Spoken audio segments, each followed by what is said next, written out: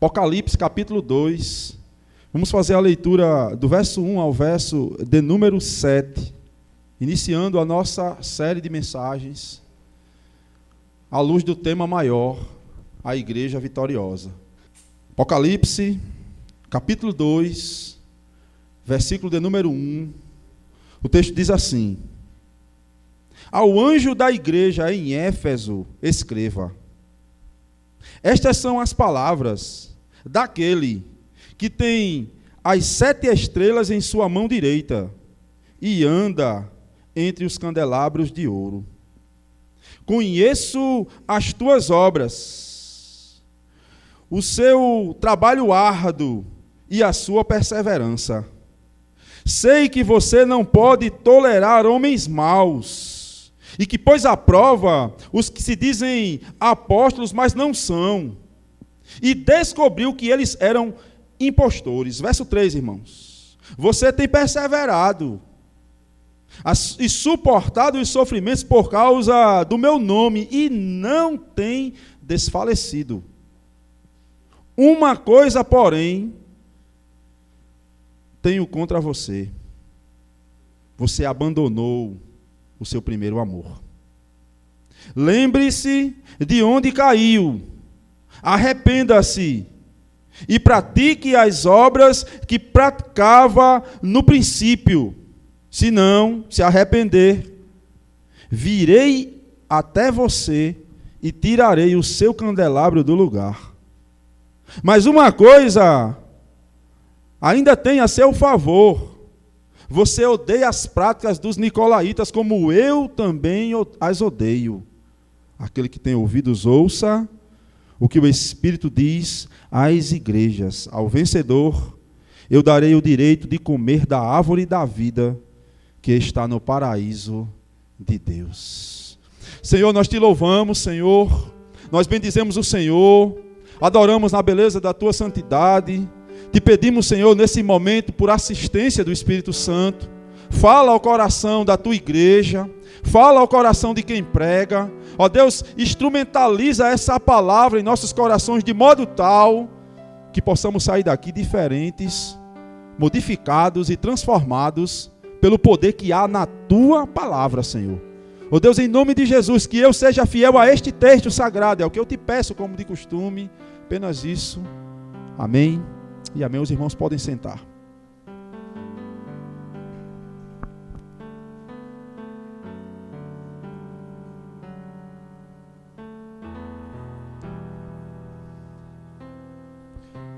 Nenhum de nós aqui, por mais espiritual que seja, por mais devoto que seja, por mais crente que pareça ser, nenhum de nós tem a capacidade de avaliar a vida espiritual de uma igreja ou a vida espiritual de uma pessoa, digo, de forma completa. Nenhum de nós, por mais santo que apresente ser, por mais crente que seja, por mais testemunho que dê, homem de oração, mulher de oração, tem a capacidade, entenda isso, de avaliar a vida espiritual da igreja ou do indivíduo na igreja. Agora, é fato que nós não temos, mas o Senhor tem. Aquele que é dono da igreja, aquele que está sob a igreja, aquele que está sentado no trono que está na igreja, aquele que capitaneia o barco, ele tem o poder, a autoridade, ele tem a sabedoria, ele tem todo o entendimento, nada é oculto aos seus olhos. Ele sim pode olhar para uma igreja e avaliar a igreja. E sabe, amados, a avaliação que Jesus faz à igreja de Éfeso é uma avaliação gritante. O porém do Senhor, o porém de Deus aqui, é um porém de causar náusea. É um porém que a igreja deveria refletir e dizer assim: onde foi que eu caí? O que foi que aconteceu? Você vai ver essa expressão aqui, porém, tenho contra você isto, em 5 das 7 igrejas. Contudo, aqui, esse porém é um porém gritante, porque este porém, ele na verdade não é um mero porém, ele não é uma conjunção adversativa de contraste apenas, mas é tudo que importa. E sabe, amados, é muito ruim, muito frustrante, quando alguém, por exemplo, lhe dá um elogio, mas depois do elogio vem um porém. Não sei se já aconteceu com você. Sabe, meu irmão, você é um caba muito bom. Eu gosto muito de você. Você é uma bênção. Dá uma tapinha nas suas costas e diz assim: olha, tudo que tu faz com muito amor. Porém, aí quando isso acontece, via de regra, você fita nesse porém e diz: meu Deus. Eu penso que foi exatamente esse sentimento que essa igreja sentiu quando veio o porém da parte daquele único que pode avaliar a igreja. Mas antes do porém, no versículo de número 4, vem alguns elogios, a partir do verso 2. E antes dos elogios, vem uma apresentação daquele que pode avaliar, portanto, pode julgar, absolver, condenar e amar a sua igreja. Então, vamos por partes. Hoje eu quero um pouco de sua atenção, porque os irmãos já conhecem a minha homilética, os irmãos sabem a metodologia de pregação que eu tenho aqui. Contudo, hoje eu quero fazer aquilo que os estudiosos chamam de leque contínuo. Então, eu vou precisar de sua atenção, vou precisar de sua Bíblia aberta, tá certo? Do seu coração aberto, para que a verdade desse texto possa penetrar o seu coração, como tem me quebrado, como tem me penetrado, como tem falado. Então começamos pela primeira parte. Voltemos os nossos olhos para a apresentação. Olhe para o texto, capítulo 2 de Apocalipse, verso 1. O texto diz assim: ao anjo da igreja em Éfeso escreva. Isto é, há uma discussão aqui se o anjo seria um anjo, um ser celestial, e alguns estudiosos vão pensar por essa linha, que era incumbido e encarregado de falar ou de levar a mensagem da parte do Senhor para a igreja, ou até mesmo um anjo da guarda de cada igreja. Contudo, eu estou propício a ficar com a segunda linha de pensamento, que diz que o anjo aqui é o pastor, porque anjo, angelos, é mensageiro. Então, quando o texto diz, ao anjo da igreja escreva, entenda, ao mensageiro da igreja escreva, portanto, ao pastor da igreja escreva. O texto continua e diz, estas palavras são daquele que tem as 7 estrelas em sua mão direita e que anda nos 7 candelabros de ouro. João começa dizendo, estas palavras são daquele. E este daquele aqui, ele merece uma caixa alta. Ele merece uma ênfase. Porque quando João diz, estas palavras são daquele, João está dizendo que aquele é Jesus. Aquele que pode avaliar. Aquele que não falha. Aquele que tem total controle. Portanto, ele é aquele que pode avaliar cada um de nós aqui. Como é que este é apresentado? O texto diz, em sua mão direita, ele tem as 7 estrelas e caminha no meio do candelabro, ou dos candelabros. Aí você pode perguntar, pastor, o que significa isso? Eu gostaria que você voltasse os seus olhos para o versículo 20 do capítulo 1. Isto é, o contexto imediato anterior. Dê uma olhadinha no verso 1 do capítulo 20, o texto diz assim: Este é o mistério das 7 estrelas que você viu em sua mão direita e dos 7 candelabros de ouro. As 7 igrejas, as 7 estrelas são os 7 anjos. E os 7 candelabros são as 7 igrejas. Agora, com isso em mente, voltemos ao nosso verso. O texto diz que ele é aquele que tem em sua mão as 7 estrelas. Quem são as estrelas? Os anjos, portanto, os pastores. Então, o que é que ele está dizendo aqui, irmãos? Ele está dizendo o seguinte: prestem atenção no que eu vou falar agora. Prestem atenção no que vai ser dito, porque esta palavra não é minha, é daquele que tem em sua mão, no recôncavo da sua mão, e a ideia aqui no grego é de que está dentro da mão, os 7 pastores. De modo prático, isso funciona assim.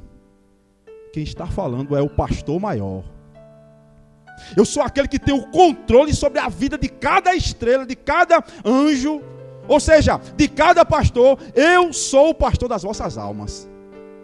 Eu sou aquele que conheço vocês, que pastoreio vocês, e sobre a minha igreja é o reino. Portanto, quem determina, irmãos, o trilho da igreja, a vida da igreja, é o pastor maior. Não há um trono humano na igreja do Senhor em que um homem possa se assentar nesse trono e reinar, porque na igreja do Senhor só há o alto e sublime trono, e sobre esse trono está sentado Jesus, o rei. Ele tem em sua mão direita todo o poder. Ele é o pastor das vossas almas. Mas não apenas isso. João diz que além dele ter em sua mão direita os anjos, ele passeia no meio dos candelabros. O que são os candelabros? À vista do verso de número 20. As igrejas. Assim sendo, o que é que o texto está dizendo então? Eu reino, mas eu também conheço individualmente cada um de vocês. Eu conheço as salas. Eu conheço cada banco. Eu conheço cada departamento. Eu conheço intimamente. E eu conheço intimamente. Eu conheço os líderes. Eu conheço os oficiais. Eu conheço os pastores. Nada escapa ao meu pleno conhecimento. Eu não apenas conheço, mas eu ando no meio de vocês. Irmãos, com o decorrer do tempo nós perdemos uma doutrina teológica da imanência de Deus. O que seria isso? Deus presente. Porque nós temos um Deus que está no universo, sentado no alto e sublime trono, isso não é mentira, que governa, que reina em determinada altura, e Ele é o soberano, mas nós esquecemos que este mesmo Deus está entre nós. Porque se existe a doutrina da transcendência, também existe a doutrina da imanência. Deus está aqui. Jesus caminha no meio de nós e conhece tudo. Nada escapa ao pleno conhecimento daquele que caminha na igreja. Tão verdade que no verso de número 2, quando João começa os elogios, e aqui partimos para os elogios, João começa estabelecendo a verdade anterior. Ele diz assim: conheço as tuas obras. Esse conhecimento aqui, irmãos, é um conhecimento pleno. Essas obras aqui podem ser interpretadas à luz de todas as obras, as boas e as ruins. O que Jesus está dizendo, eu conheço tudo. Mas o foco aqui, de acordo com o texto, e o contexto, é as obras boas. Porque é o que vem depois. E aí ele começa os elogios. Verso de número 2. Conheço as tuas obras, o teu trabalho árduo e a tua perseverança. Sei que você não pode tolerar homens maus e que pôs à prova aquele que dizem ser apóstolos e não são irmãos. Preste atenção aqui, primeiro elogio. Conheço as tuas obras, eu sei do teu trabalho árduo. Isto é, eu sei da tua labuta. Eu tenho vocês na mão, eu reino, eu passeio no meio de vocês, portanto eu tenho condição de avaliar vocês, e eu sei, diz o Senhor Jesus, eu sei do seu trabalho árduo. Eu sei da sua perseverança. Sabe, essa igreja era uma igreja incansável, irmãos. Uma igreja que trabalhava operosamente até suar. A propósito, a ideia de trabalho árduo é trabalhar até se fadigar. Trabalhar até cansar, suor descer, pingar. E o que Jesus está dizendo? Eu sei disso. Eu sei que vocês são trabalhadores, vocês não são preguiçosos. Vocês são operantes. Vocês trabalham, e eu conheço isso. Mas não apenas isso. Além do trabalho, há um segundo elogio. E agora um elogio que ele pode ser voltado para discernimento teológico. Eu sei do seu trabalho árduo, tá certo? Mas eu também sei que vocês não toleram homens maus. E que vocês põem à prova aqueles que se dizem ser apóstolos, mas não são. Eu sei disso. Ou seja, o que é que Jesus está dizendo aqui, irmãos? O púlpito de vocês é impecável.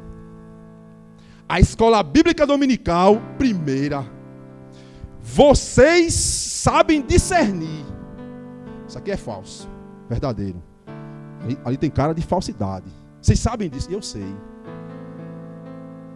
Eu sei que vocês não toleram homens maus e que pôs à prova aqueles que se dizem ser apóstolos e não são. Na verdade, são mentirosos. No contexto aqui, apareciam muitos apóstolos que vinham com cartas, muitas vezes forjadas e mentirosas, falsificadas, se apresentando à igreja como apóstolo. Só apóstolo, está aqui. E aí, esta igreja, a igreja de Éfeso, ela entendeu o que Paulo havera falado quando ele fundara a igreja, passa 3 anos e se despede dela a partir de Atos, capítulo número 20, verso 29, quando Paulo olha para os presbíteros, depois daquele choro, daquela comoção, o pastor está saindo. Aí Paulo diz assim: cuidado, falsos profetas, lobos selvagens vão aparecer. Tomem cuidado. E a igreja, opa. E o que é que Jesus está dizendo assim? Aqui, eu sei que vocês têm isso. Vocês sabem discernir. Vocês discernem. Impressionante essa igreja, irmãos. Uma igreja de uma teologia afinada. De longe eles cheiravam coisa. Aquilo ali está parecendo falso. Vou não. Fecha as portas, fecha as portas. Terceiro elogio. Verso de número 3. Você tem perseverado e suportado os sofrimentos por causa do meu nome e não tem desfalecido. Era uma igreja que não desmaiava por qualquer coisa. Era uma igreja que coisas pequenas não dividia a igreja.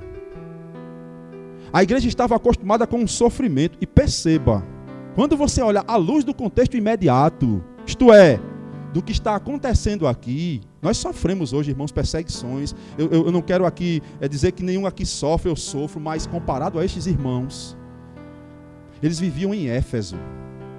Quando estudamos isso aqui na doutrina, você pode lembrar, eu falei da cidade de Éfeso. Uma cidade altamente promíscua, que tinha um templo enorme a uma deusa, Diana, Afrodite, a deusa do amor. As sacerdotisas, elas tinham relações sexuais dentro do templo. Era uma cidade à época grande, juntamente com Pérgamo, a maior das 7. E não era fácil ser crente aqui, porque ainda todas essas orgias, idolatrias, animais sacrificados a ídolos, tinha por outro lado o império, que ordenava uma adoração, um culto ao imperador. E quem não se prostrasse diante do imperador, muitas vezes era pego, levado para as praças, queimado, jogado às feras. Então, perceba, o texto diz que eu sei que vocês têm perseverado e que vocês suportam os sofrimentos por causa do meu nome. Uma coisa é suportar sofrimento por causa da gente mesmo. Uma coisa é você estar sofrendo por algumas atitudes que você teve e aí vem a lei da semeadura. Uma outra coisa é sofrer pelo nome de Jesus, irmãos. E o que Jesus está dizendo para essa igreja? Vocês impressionante vocês. Vocês não desfalecem. Igreja forte. Uma igreja determinada. Igreja que sofre, mas está perseverando. Pule lá para o capítulo de número 6 para que nós possamos encerrar os elogios. Aliás, perdão, verso de número 6. Uma coisa ainda eu tenho ao seu favor, ou ao favor de vocês. Vocês odeiam as práticas dos nicolaítas, como eu também odeio. O que é que ele está dizendo aqui? Nós não sabemos quem eram os nicolaítas, eles vão aparecer em outra igreja mais adiante. Nós não sabemos, algumas conjecturas, pessoas vão dizer que veio a partir de Nicolau, em Atos capítulo 6, verso 5, quando começa ali a eleição dos diáconos, e algumas pessoas vão conjecturar que aquele homem se desvia e traz um monte, e aqueles que seguem Nicolau são chamados de Nicolaitas, mas tudo isso é conjectura, ninguém pode determinar, ninguém pode dar um ponto. O fato é que nós não sabemos quem são, mas nós sabemos, podemos perceber as práticas dele. Os nicolaítas, à época, era aquilo que hoje nós chamamos de antinomianismo. Pastor, o que é isso, pastor? Antinomianismo é aqueles que vivem sem lei. Não tem lei. Eles desfrutam da igreja, de todas as bênçãos, mas também do mundo. Afinal, tudo isso é baseado na graça. Se Jesus me salvou pela graça, que vale a salvação da alma. Neoplatônicos, né? É a alma. Corpo não, o corpo aqui eu vou desgraçar o corpo, eu posso me prostituir. É aqueles que estão fora e dentro. E o que é que o texto está dizendo então? Vocês odeiam essas práticas e eu também odeio. A palavra odiar aqui, irmãos, ela ganha uma conotação no grego, porque é a ideia de Deus vomitar isso, gerar náuseas no Senhor. E ele diz, vocês odeiam isso, vocês estão preparados. Vocês são preparados. Vocês não se deixam enganar por esses caras, pelas práticas. Vocês odeiam isso, vocês abominam isso, e eu também. Porém, verso de número 4. Porém, tem uma coisa contra você. Você abandonou o seu primeiro amor. Estava tudo indo tão bem, irmãos. De repente vem um porém. E este porém, ele ganha um peso, porque a partir dele depende tudo. Agora, para que nós possamos entender isto aqui, o que significa o primeiro amor? Eu gosto muito da definição de um teólogo chamado Warren Wiersbe, quando ele diz assim: o primeiro amor, escute isso, é o sentimento de devoção que é muito comum aos novos convertidos. O primeiro amor é aquele sentimento de devoção por Jesus que é muito comum aos novos convertidos. É a lua de mel. É o amor que suplanta os demais amores. O primeiro amor é o amor primeiro.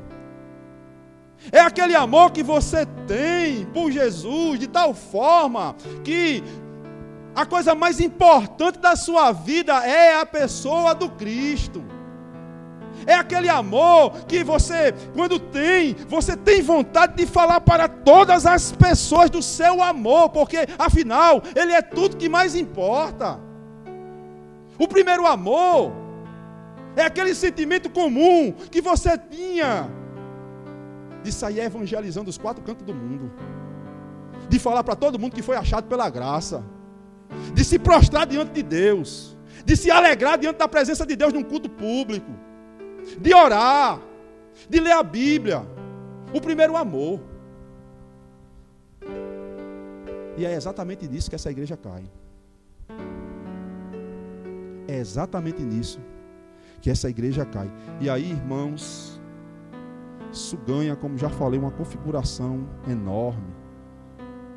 Porque o Paulo, escrevendo a 1 Coríntios, capítulo de número 13, Ele diz, parafraseando a primeira perícope, o primeiro parágrafo, ele diz assim: ainda que eu fale todas as línguas, ainda que eu tenha dom de profetizar, dom de cura, ainda que eu saiba a ciência completa, ainda que eu fale língua de anjos, se eu não tiver amor, eu não sou nada.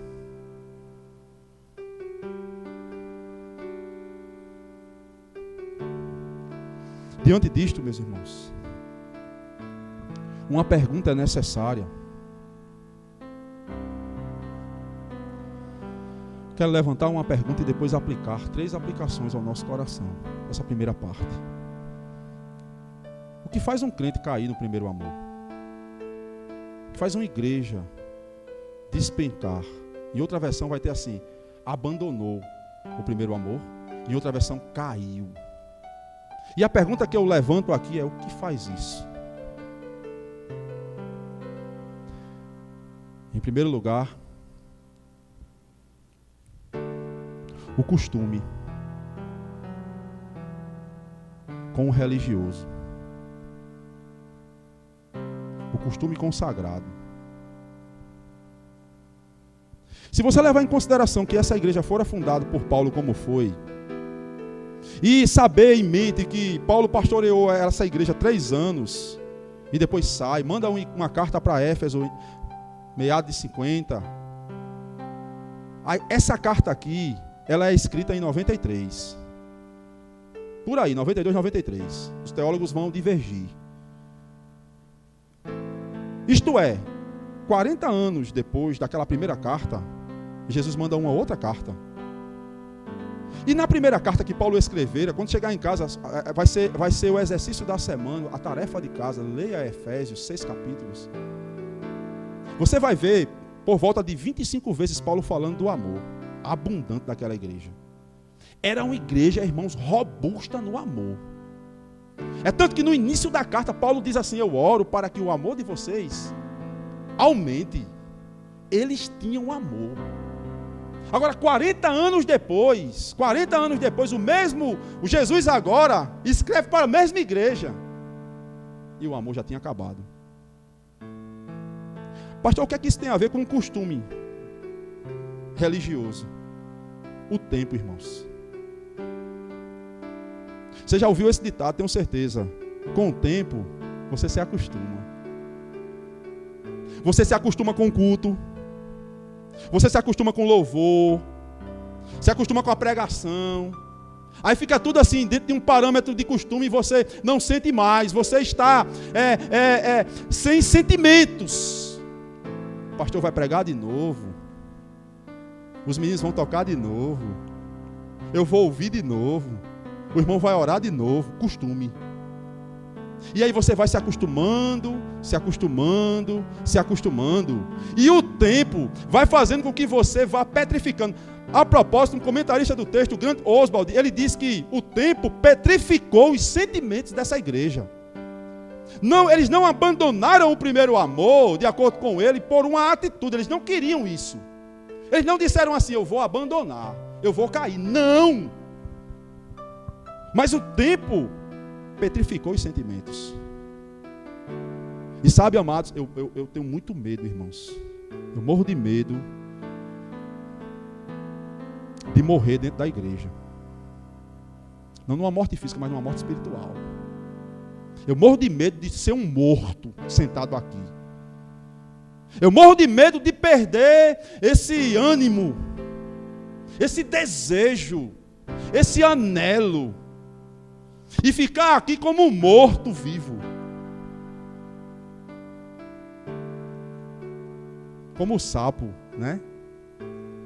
Todo mundo aqui conhece a história do sapo. Você pegar uma panela fervendo, jogar um sapo dentro, ele salta na hora.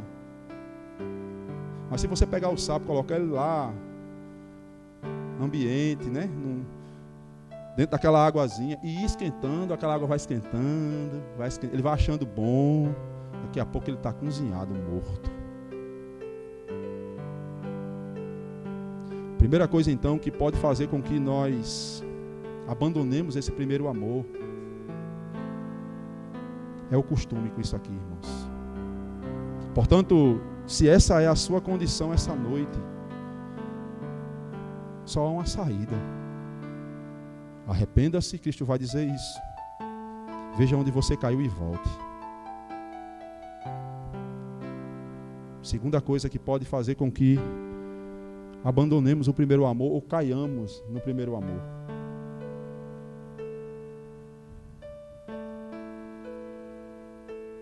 Exercício ensoberbado na igreja. Deixa eu explicar isso aqui. Uma vida agitada aqui. De estar sempre aqui, e você é operoso. Perceba, quando você olha a luz do texto sagrado, irmãos, essa igreja era uma igreja operosa. Era uma igreja que trabalhava, era uma igreja que militava, era uma igreja que perseverava. E aí, quando você olha para o verso de número 4, você vê a queda. Então eu percebo que esse exercício da igreja de operosidade, de forma errada, ele faz com que nós caiamos também no primeiro amor. Porque você começa a fazer, e esquece de você. Você começa a olhar para fora, e esquece o que está dentro. É mais ou menos o que Jesus diz a Marta. Há um bocado de Marta, irmãos, entre nós, sabia disso? Jesus está doido para falar com você. E você precisa se sentar, parar, para Marta, para ouvir Jesus, mas você não para. Você fica que nem Maria. E aí Maria chega para Jesus e faz: mestre, tu não está vendo que minha irmã, parafraseando o texto, está aí sentada enquanto eu estou aqui? Marta, Jesus diz, Maria escolheu a melhor parte, Marta. E nós somos operosos, irmãos, às vezes, sabe? De forma errada, porque não fazemos pensando no reino, sei lá, não fazemos para o engrandecimento dele, para o regozijo do nosso coração, mas muitas vezes fazemos de forma errada, operosamente apenas, como que aquilo fosse uma rotina, uma obrigação. A propósito, John Piper escreveu um livro fantástico para aqueles que querem ser pastor aqui, que tem essa vocação. Irmãos, nós não somos profissionais. Leia esse livro. A ideia de que isso aqui não é um profissionalismo, irmãos. Isso aqui é uma adoração. A igreja não é uma empresa, irmãos. Ela é uma igreja. A reunião, irmãos, não é uma reunião de negócios, mas é um culto ao Deus vivo.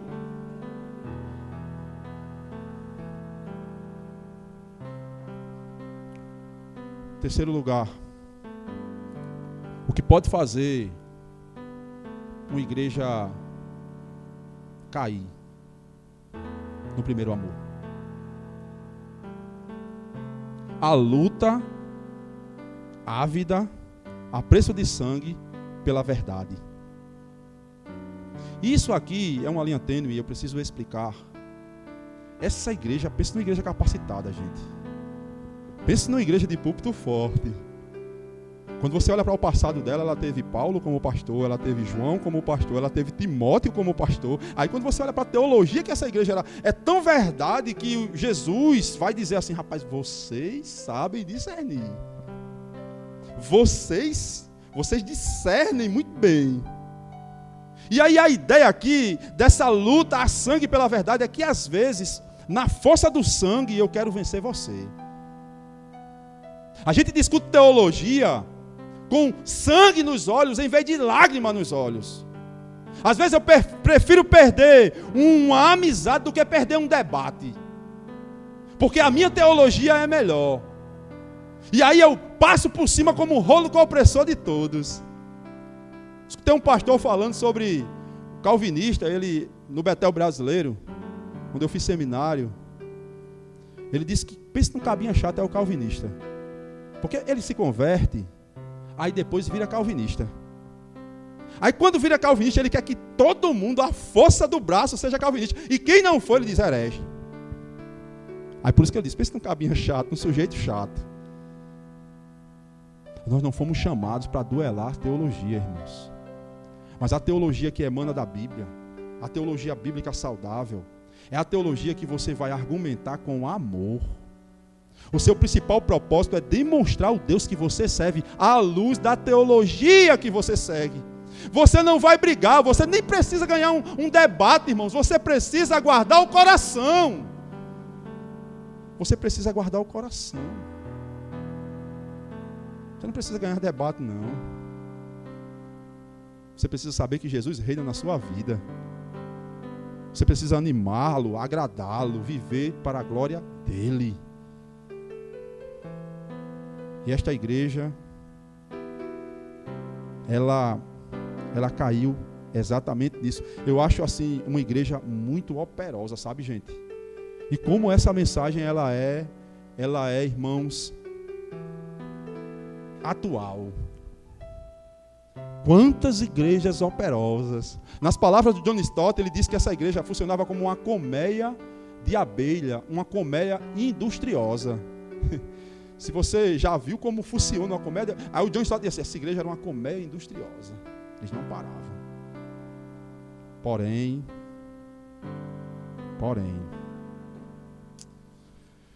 mas aí depois de prescrutar a igreja e de avaliar, porque só ele pode avaliar, o texto não acaba. Porque, na verdade, nós não somos chamados, irmãos, para servir um rei que oprime os seus súditos. Deus não é um déspota. Deus não é um tirano que do alto e sublime trono fique jogando raio e trovão a fim de condenar a igreja. Ele sempre abre a porta da graça. A porta da graça, na verdade, nunca fecha para os eleitos do Senhor. E aí, uma outra pergunta é necessária. O que fazer para sair desse buraco negro da queda do primeiro amor? Duas respostas. Primeiro, aceite a correção, obedeça à correção. Segundo, olhe para a promessa. Verso de número 5. Primeiro é a correção. Lembrem-se de onde você caiu. Arrependa-se e pratique as obras que você praticava no início. O que é que o texto está dizendo aqui? O texto não está mandando você voltar para aquele período período infantil, onde você era menino. Não! Mas o texto está mandando você lembrar, como adulto que é, voltar e pensar como menino, à luz de Deus, como uma criança. Interessante quando ele diz, lembre-se aqui, a ideia de lembrar-se, no original grego, é a ideia de sempre estar lembrando. Mas perceba, não é uma lembrança incólume, não é uma lembrança que eu vou me lembrar e vou ficar parado na minha. Rapaz, acho que foi nisso. Não. Lembre, volte, arrependa-se e comece a praticar aquilo que você praticava no início de tudo. O que é que o texto está dizendo aqui, irmãos, de forma prática? Faça uma autoanálise. Onde foi que você caiu, meu irmão? Você lembra como você lia a Bíblia? Será que é isso? Você deixou de ler a Bíblia? Você lembra quando Jesus lhe achou? A alegria que você tinha de orar, e você orava com uma avidez, você orava com uma devoção, sabe? Você até fazia questão de se ajoelhar para orar, mas agora, no máximo, eu fico sentado. Nada contra isso, irmãos. O que eu estou falando é de relacionamento, devoção. Será que era no evangelismo? Onde você caiu? O que é que você praticava e você não pratica mais? Lembre disso. A expressão grega para os verbos aqui é a ideia de que a queda ela fora há muito tempo. Eles já estavam, há um tempão caídos. E aí, aquele que pode avaliar, aquele que não é um pastor de carne como eu, assim no sentido limitado, mas aquele que é o pastor das nossas almas, aquele que está sob, que está no meio, que está atrás, na frente, de lado, aquele que pode tudo, e ele prescruta tudo e sabe tudo disso. Volte. Lembre que você praticava. Volte e comece a praticar o que você praticava antes. Irmãos, arrependimento sem frutos de arrependimento não é arrependimento. No máximo é tudo menos arrependimento. Remorso, dor. Porque o arrependimento verdadeiro, ele vem com frutos. Então, como sair desse buraco, pastor? Olhando para isso aqui. Praticando, obedecendo isto aqui. Aquele que tem ouvidos, ouça o que o Espírito diz às igrejas. A expressão ouvidos em Apocalipse está sempre ligada a obedecer, observar, fazer. O que o texto está dizendo então? Escute. O Espírito está falando, mas obedeça. Volte, arrependa-se e pratique. Então, a primeira coisa que eu devo fazer para sair desse estado de letargia espiritual, esse estado de estigmatismo, de paralisia espiritual, é olhar para o mandato do Senhor, a ordenança do Senhor, a avaliação dele, o que ele manda fazer. Esta noite, irmãos, é noite de renovo. Esta noite é noite de você olhar para trás e de você sondar o seu coração e ver onde você caiu. Eu não tenho esse poder. Mas é nesse momento que, pela graça de Cristo, o Espírito Santo começa a aplicar em cada coração, onde eu não chego, o Espírito chega por meio da palavra. Então, comece a fazer uma autoavaliação, quem eu era, como eu era. Eu era aquele crente que estava aos pés do Senhor todos os dias, e por que eu deixei? Eu era aquele crente que vivia chorando, eu me emocionava na presença de Deus, e por que eu estou seco? Eu era aquele crente que orava e fazia questão de mostrar que oro, que leio a palavra todo dia. A minha Bíblia está encostada. Eu caí. O tempo fez isso. O costume fez isso. E eu acabei ficando dentro da igreja um morto. Um desmotivado, uma desmotivada. Eu venho para aqui, mas não estou aqui.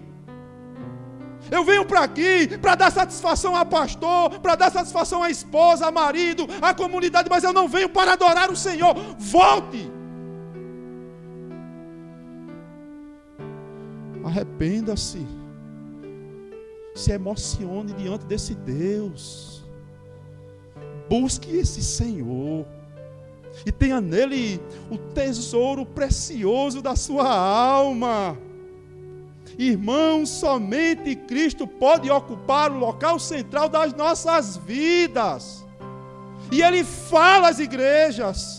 O Espírito está falando às igrejas.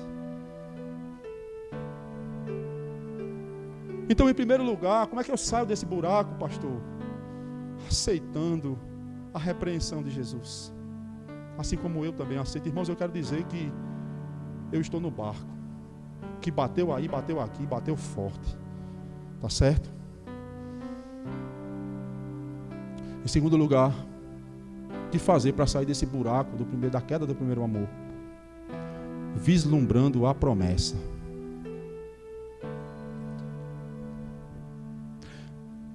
Nós não somos crentes ou não seguimos a Jesus com medo do inferno. Mas em primeiro lugar, nós seguimos a Jesus olhando para o céu. Olhando para a promessa. Olhando para o que Ele fez. Porque o texto termina com uma promessa. É um texto duro, indigesto, que é difícil de engolir, mas termina com a promessa daquele que é gracioso para com os seus. Jesus é gracioso, meus irmãos. Olha o que diz o verso de número 7. Aquele que tem ouvidos, ouça o que o Espírito diz às igrejas.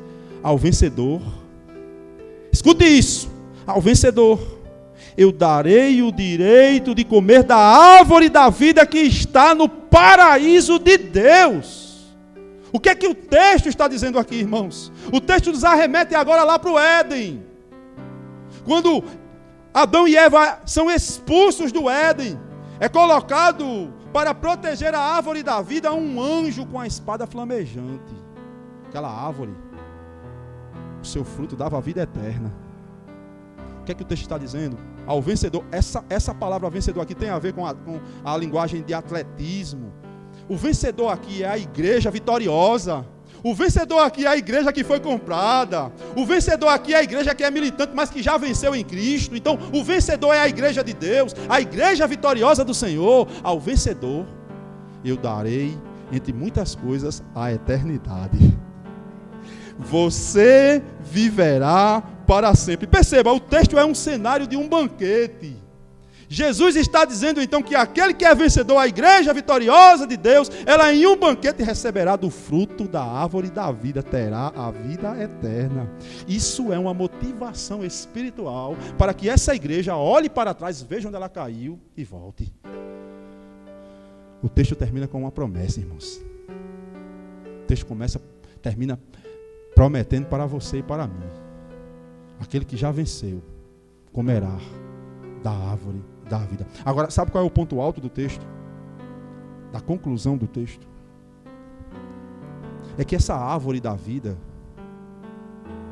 ela só pode ser acessível por conta de uma outra árvore da maldição. A árvore da vida aponta para o madeiro maldito. A árvore da vida fora paga pela cruz do Calvário. Cristo Jesus, e somente Ele, pagou o preço por sua igreja vitoriosa. De modo que essa igreja só é vencedora e vitoriosa por conta dos méritos de Cristo Jesus. Não depende de mim e de você. Deus não vai te amar mais amanhã porque você acertou, nem vai te amar mais hoje porque você errou. Ele continua te amando. De modo que Ele olha para você, ainda caído, ainda, sem o primeiro amor, mas Ele vê em você os méritos de Cristo. Você está vestido de Cristo. E porque você está vestido de Cristo, Ele te ama. A árvore da vida aponta para a cruz do Calvário. Ninguém aqui, irmãos, pode julgar, pode avaliar de modo correto uma igreja. Mas aquele que é o Senhor da igreja, aquele que passeia no meio de nós e que está aqui, Ele avalia cada coração. Enquanto nós estamos cultuando, você está sendo avaliado pelo Senhor. Contudo, esta avaliação, ela sempre tem a sua faceta de graça.